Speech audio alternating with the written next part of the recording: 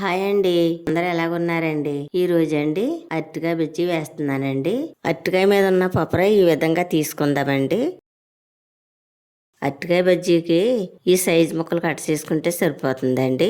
Cut చేసేస్తానండి. ఇప్పుడు బజ్జీల్లో కావాల్సినవన్నీ ready చేసుకుందామండి. 1/2 కిలో శనగపిండి తీసుకున్నానండి.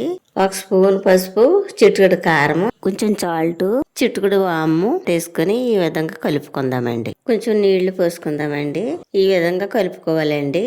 కట్ చేసిన అరటికాయ ముక్కలు వేసుకుందామండి. అరటికాయ బజ్జీకి కావాల్సినవన్నీ రెడీ చేసిస్తానండి. ఇప్పుడు పొయ్యి అంటించుకుందామండి.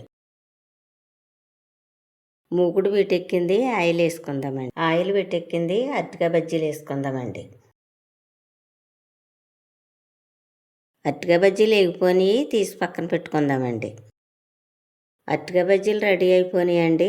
కొంచెం ఉల్లిపాయ, కొత్తిమీర కట్ చేసుకుందామండి. ఇప్పుడు ఈ ఉల్లిపాయ, కొత్తిమీరలో నిమ్మకాయ పిండుదామండి. ఇప్పుడు ఈ విధంగా కలుపుకొని బజ్జీల్లో పెట్టుకు తింటే చాలా రుచిగా ఉంటుందండి.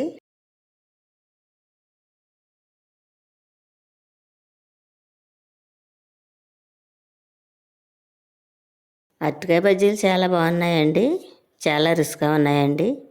మా వీడియో నచ్చితే లైక్ చేయండి.